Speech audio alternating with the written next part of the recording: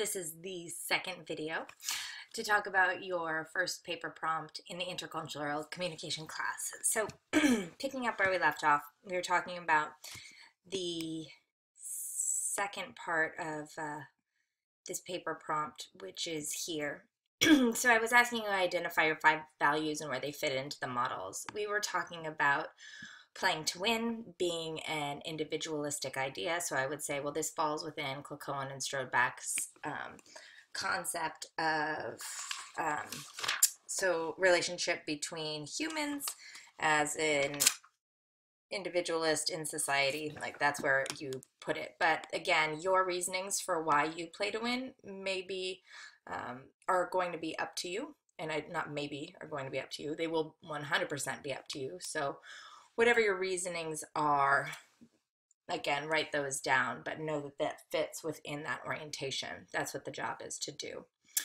Then you're ready to start writing your paper. So once you've made the 5, identified them, said which orientation or framework they fall into, then you're ready to write your paper. So let me talk to you about some of the things that you're going to need to do. Questions that should be answered and can guide your writing. So this, if you're reading it, means you have to answer these questions, and this can help guide your writing. The first thing that you are going to do is describe how the values that we have created, or how do the values that we have, if you will, in our lives in general, not the ones listed on the paper, create the connection between communication and culture. This was what I talked about in our first video right at the beginning. I would encourage each of you to start to understand this concept on your own and make this the introduction of your speech. Or sorry, not of your speech, of your paper. So make that your introduction and explain that question as to how you see it and how you understand it, coupled with theories and concepts from your reading. So why does that make sense? You know, you'll read about it, you'll read about the connection between communication and culture, and then you'll write about that and use this for your introduction. Then the next question says, which of the categories in the Cohen, Hofstede, and Hall? And Hall is another option in there. You do not have to do Hall. You can do Hall if you would like to. I put it in there, but I didn't go over those concepts or those issues. Hall is in your textbook if you wanted to add on a couple of things there. If you feel like yours fits better there, fantastic. Value models interface with your top 5 values. So we established that already through the worksheet process, but here is where it comes. Please define and describe each category and then justify why your value fits into it. So you need to start to explain your connection to that value. What are some of the things that have been communicated to you over your life that maybe instilled that value within you? And then how do you see that value still being of importance? What types of things do you communicate about it? So that's really what leads into this next question. Who or what has influenced me in developing my value systems? Where did you first hear about this? Where did you first learn about it? How does it continually become reinforced? So was it through cultural influence or pop culture, family, school, religion, etc.? And then the other question is, how can I use this knowledge of myself to further clarify my awareness of both my own and others' value orientations? So like I said before, and like I would say in a lecture, and probably what it says a lot in your book as well, is that being aware of these values not only makes us aware of how we communicate about different things, but also it gives us some understanding and reasoning as to why others communicate in the way that they do. This awareness can help and assist us in many different ways. It can help us with conflict, help us with relationship building. It can help us with working.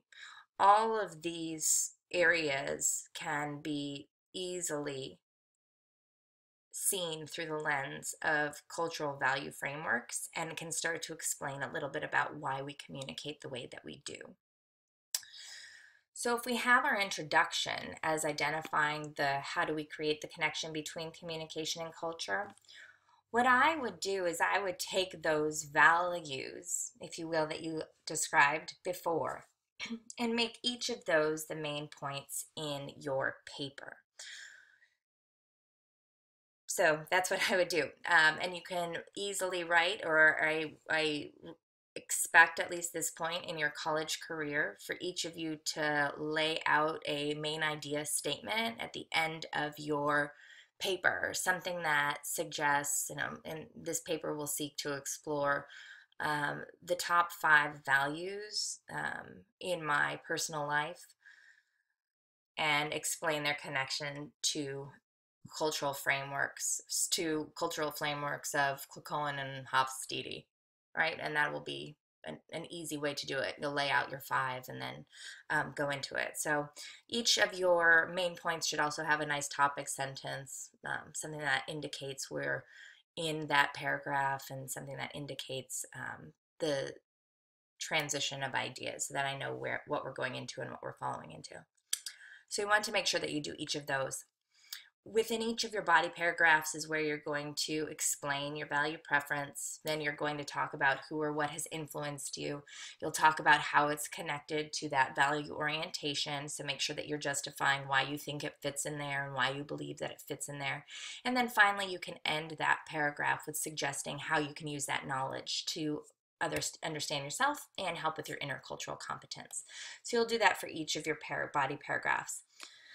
And then you can seek to conclude your paper. And for me, a conclusion is a simple, in paper writing, is a simple reminder of what we spoke about and what this value orientation perchance can do for us as individuals, and what it can do for you, and how you see it as benefiting maybe the world as a whole. Like, why is it important to study this? Why should more people be aware of it? How is it going to assist in the world around us? That may be a great way to end. Here's some rules for my papers. They're 5 to 7 pages in length, and they must be written in proper MLA or APA format. Depending upon your major, you know what you write in, and I can very easily see whichever pattern or style you're writing in based upon how you set up your title page and then how you use your references page or your works cited page. So I can simply see things there. It must contain support in the form of properly noted citations from the texts, as well as supplemental readings. So again, the question that was asked, please use at least 1 supplemental reading in addition to your text. That means that I will see some type of quotation or paraphrase that has been taken from your work and then used inside of the paper. So remember to do proper parenthetical citations when you do so. Then you'll have that proper MLA works cited page at the bottom. Be free from spelling and grammar errors. Be developed in a way that shows a mastery of material and a critical understanding of your personal value styles. It must be turned in by the assigned day on the assignments area of D2L, and upload this as either a Word file or a PDF. There are no, I don't do pages or anything like that, so please use it as either of these. A Word file is ideal because that would allow me to do in-text editing for grading purposes, but if not, don't worry, I will provide you with supplemental information about your grade and areas of improvement or areas of just me saying this was the best thing I've ever read in my whole life. Where will you be posting this? So it says to be turned in by the assigned day in the assignments area on D2L. So if we go back to our assessment area and you click on assignments, well, you'll see that the server isn't found, so that's no good. But, oh, inactivity. Let's extend this a bit. Let me go back into our course home really quickly, and you'll see that in the assignments areas where you're going to turn in your paper, as soon as it logs back in, I think this is something that's pretty much understood by all of you. So if you're having a problem turning in your paper in that area, you can always let me know, but all it's going to require you to do is put it in and hit upload. That being said, I want to go back in and ensure that I have answered the questions that were in your discussion board. So let me push pause and wait for this to go through. Okay, we're back and we're up online. So go into the assessment area when you're ready to submit your assignment, and you'll go ahead and you'll click on the paper one and continue from there. I have a different version here than you do, so it will guide you through. If you haven't, again, uploaded something before, you go ahead and let me know, and I can always walk you through that process. Remember when this paper is due, so I don't want you to have to be struggling right before the paper is due and not know where to do it. So make sure that you're familiar with how to get into that area as the time goes on, and do it sooner rather than later so that you don't fall behind. That being said, I'm going to go back into our discussion board and check out down here at the bottom any of the other questions and just make sure that I have, in fact, answered all of your questions. So, Christine, like you asked, the paper is supposed to be more research-based. I don't want you to write a research paper. That wouldn't make a lot of sense. But when you're asking if it's opinion-based, yes, in the sense of the values, like I talked about, those are your values. The reason why you have those values, you will describe as your own. But when you then make the connection to the text, that is where it's going to be research-based, if that makes sense. So you'll support your ideas and claims of your own personal experiences, and you'll show how they are supported or how your values fulfill or fit into those frameworks. And your job is to justify that with utilizing the support from the text. You say that you're confused about the paper overall and what exactly we are writing about. I hope that the prompt has helped, and maybe you've gone through that and reread it and that prompt has helped you, and hopefully this video has as well. And Natalie, like you said, how many outside sources do I want you to include? Well, the text and at least one supplementary source. If you don't like the sources that I've given you as well, feel free to find your own source and use that source. I'm as happy as could be. So at least two. And then Colleen, the last one that you asked, which I think I answered as well, yes, the models that I mean are Hofstede's and Cocoan and Strodeback's. Value orientation theory, or their 6 dimensions of culture. Are we supposed to pick one of these theories to explain all our values, or one for each value? Good question here. Okay. This hopefully was answered within the idea of value orientation theory, if you will. There's 6 dimensions of culture. Their value orientation, Cocoan and Strodeback's, that's what you're asking. If you want me to pick out the theory in general or the 6 dimensions of culture. Well, if we're looking in here and we look at Cocoan and Strodeback, and when I say look in here, I'm looking at page 99 of your text. Cocoan and Strodeback's value orientations